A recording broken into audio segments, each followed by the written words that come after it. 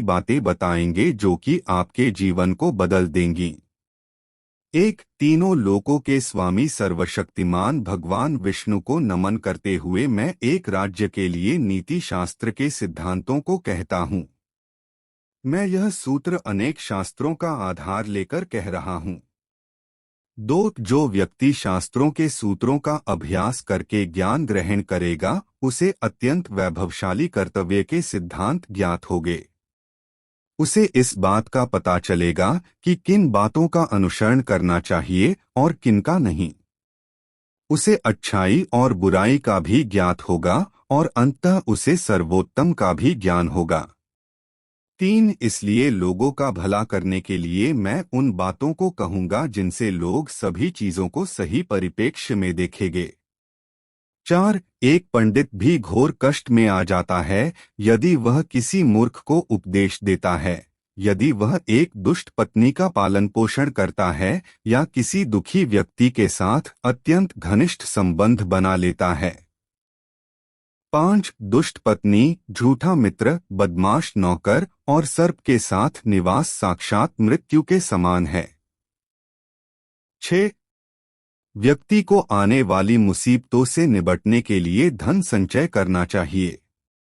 उसे धन संपदा त्याग कर भी पत्नी की सुरक्षा करनी चाहिए। लेकिन यदि आत्मा की सुरक्षा की बात आती है तो उसे धन और पत्नी दोनों को तुच्छ समझना चाहिए। 7, भविष्य में आने वाली मुसीबतों के लिए धन एकत्रित करें। ऐसा न सोचें कि धनवान व्यक्ति को मुसीबत कैसी। जब धन साथ छोड़ता है तो संगठित धन भी तेजी से घटने लगता है।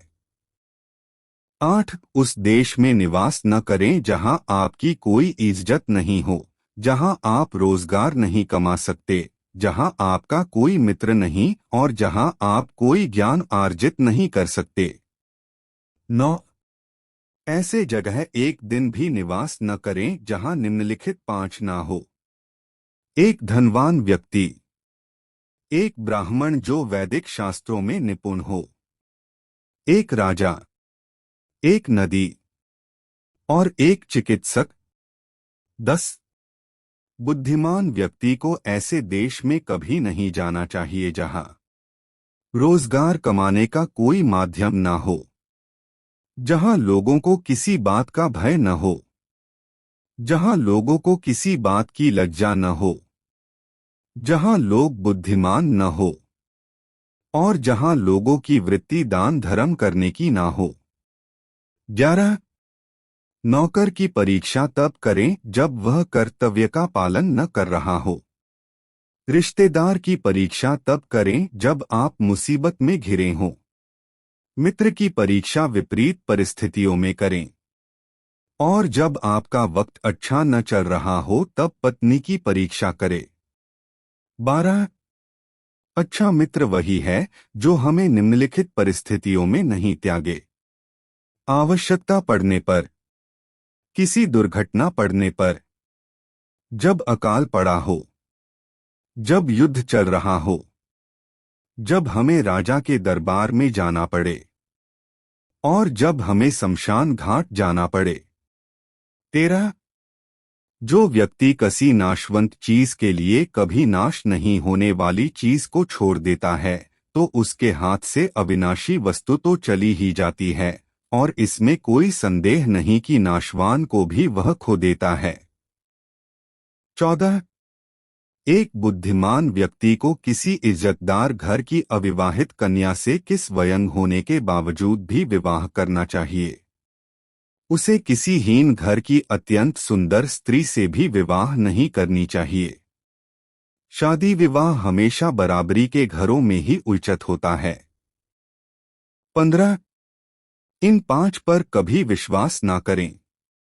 1, नदियां। 2, जिन व्यक्तियों के पास अस्त्र शस्त्र हों। 3, नाखून और सींग वाले पशु। 4, औरतें। यहाँ संकेत भोली सूरत की तरफ है, बहनें बुरा न माने।